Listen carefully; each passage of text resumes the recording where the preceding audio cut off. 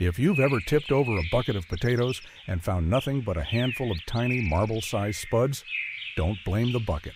The problem is usually what happened inside it.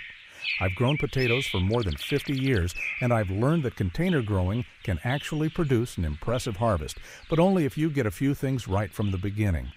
I've seen gardeners make the same mistakes over and over. They use a container that's too small. They let the compost dry out. They crowd too many seed potatoes together. And then, at harvest time, they're wondering why their potatoes never got any bigger. But here's the good news. Growing potatoes in containers can be easier than growing them in the ground. You don't need to dig trenches. You don't need to keep pulling soil around the plants. You don't need a huge vegetable plot. And when harvest time arrives, you don't have to stab around in the soil hoping you haven't accidentally speared your dinner. You simply tip the container over. But before you plant a single potato, there's one decision that can make or break your harvest. And it's not the variety. It's the container. 1. Get the container size right. After decades of growing potatoes, I can tell you this. Don't try to squeeze potatoes into a tiny pot just because it's the container you have available. Potatoes need room for their roots, foliage, and developing tubers. A large bucket or container gives you much more forgiving conditions, especially when the weather turns warm. I'd aim for something around 25 to 30 liters, or larger if you have the space. You don't necessarily need an expensive garden planter either. A sturdy old bucket, storage container, or large pot can work perfectly well, as long as it has plenty of drainage holes. And drainage is absolutely critical. Potatoes like moisture.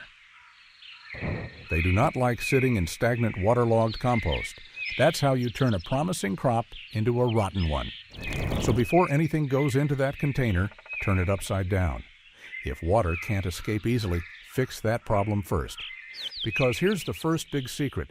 A bigger container doesn't automatically give you bigger potatoes. It gives the plant a better environment in which to produce them. And that brings us to the part most people overlook, the stuff you're actually filling that container with. 2. Don't use cheap, tired soil. Potatoes are hungry plants. If you're asking a container to produce a worthwhile harvest, you can't expect exhausted, compacted growing medium to do all the work. For my container potatoes, I like a rich but open mixture. Good quality compost provides fertility. A suitable potting mix helps with structure, and something like coir can help keep the mixture open and well drained. The exact ingredients aren't as important as the result. You want a growing medium that's fertile, moisture retentive, and well drained at the same time. That's the balance. And don't fill your container with lots of chunky woody material just because you've got it lying around. Potatoes need a growing medium that can support steady root growth and hold enough moisture around those developing tubers. I also like to incorporate a suitable slow-release organic fertilizer before planting. That gives the plants nutrition over a longer period instead of relying entirely on what happens to be in the compost. But here's where many gardeners go wrong. They think more fertilizer means more potatoes. It doesn't. Too much nitrogen can give you a magnificent jungle of leaves while the tubers underneath disappoint you. What we're after is healthy growth above ground and good tuber development underneath. Now we've got the container and growing medium right. Next comes the seed potato, and this is where another common mistake happens. 3. Don't crowd your seed potatoes.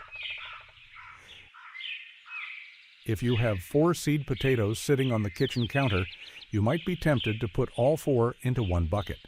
After all, more plants must mean more potatoes, right? Not necessarily. In a container, every plant is competing for the same limited supply of nutrients, water, and root space. Too many plants can leave you with a bucket full of foliage and a disappointing number of usable tubers. For a large container, I'd rather give a smaller number of plants enough room to perform properly. For many larger main crop varieties, 2 seed potatoes in a substantial container can be plenty. Smaller or early varieties can be planted somewhat more densely, but don't turn your container into a potato traffic jam. And when you plant them, Position the shoots facing upward, then cover them with your growing medium. Simple, but don't make the mistake of thinking the job is finished once you've planted them, because the next few weeks are where the real work begins.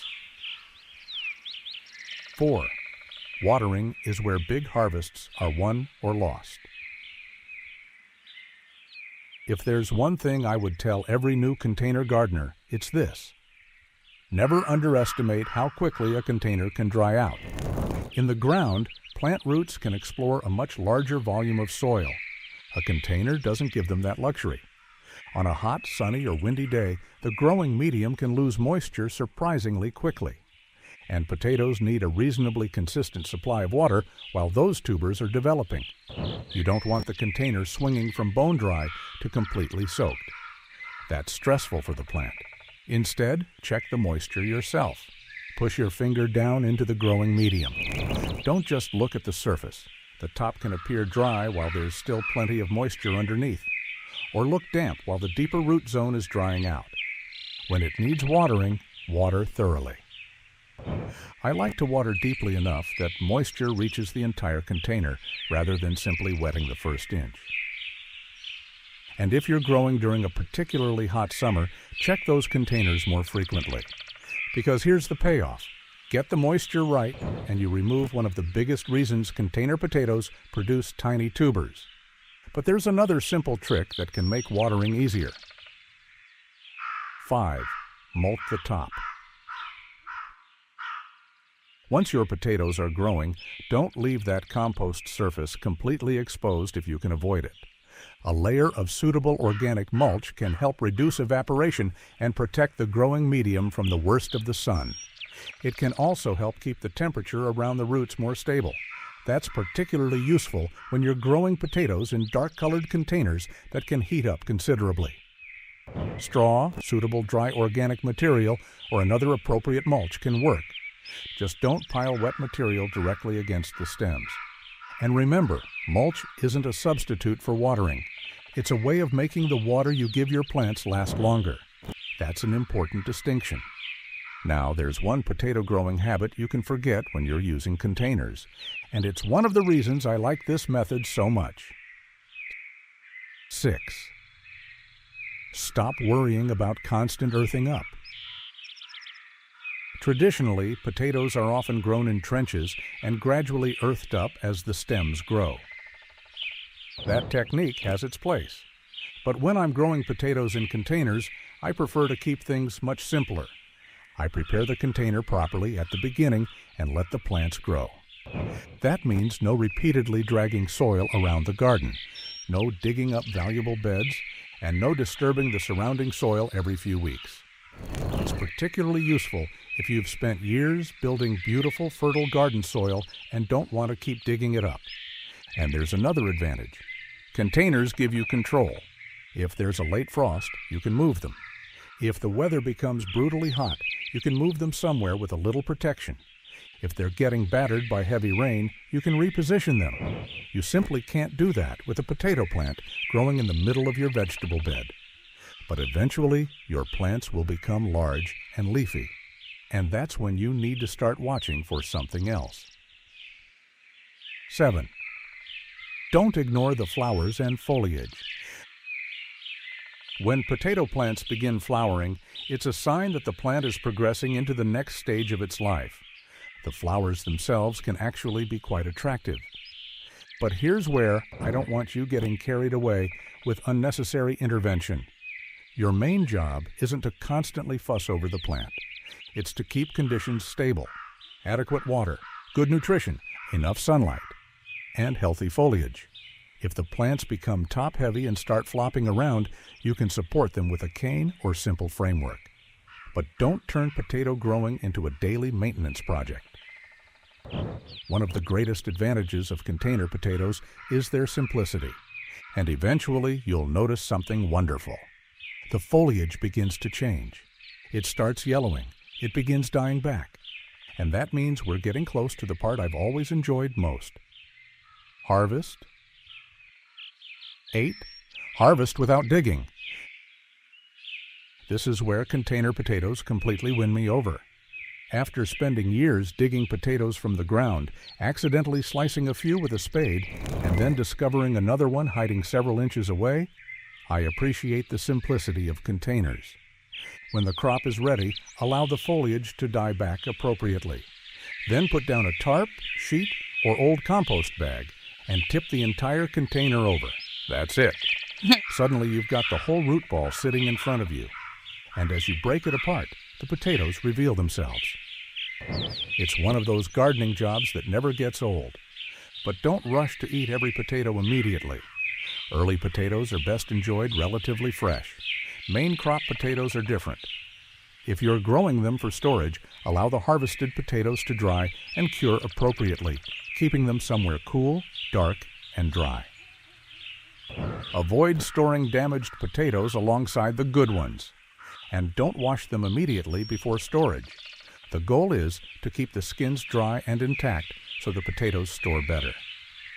Now, after 50 years of gardening, here's the biggest lesson I would take away from all of this. Growing potatoes in buckets isn't about finding some magical container trick.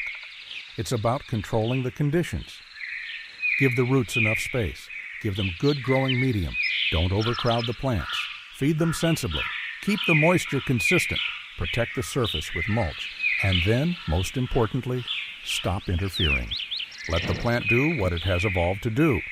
Grow leaves, build roots, develop tubers, and store energy underground.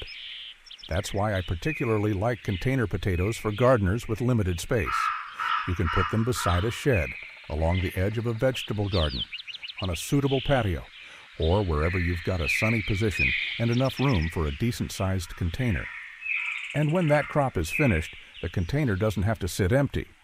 You can refresh the growing medium appropriately and potentially use that space for another crop. So instead of dedicating an entire garden bed to potatoes, you can produce them vertically in containers while using the rest of your garden for something else. That's smart gardening, not necessarily growing more efficiently. And if you've struggled with tiny potatoes in buckets before, don't give up on container growing just yet. Go back and ask yourself 4 questions. Was the container big enough? Was the growing medium fertile? Did the plants have enough water? And did I overcrowd them? Very often, the answer to one of those questions explains the disappointing harvest. But get those basics right, and the next time you tip that container over, you might see something very different. Instead of a few pathetic little marbles scattered through the compost, you could be looking at a pile of proper homegrown potatoes. And believe me, after more than 5 decades of gardening, there are few harvests more satisfying than that. If you're growing potatoes in containers this year, tell me what you're planting them in. Buckets, grow bags, old tubs, or something completely different. And if you want more practical gardening lessons built from decades of trial, mistakes, and real-world experience, stay with me. Because sometimes the simplest gardening tricks are the ones that give you the biggest harvest.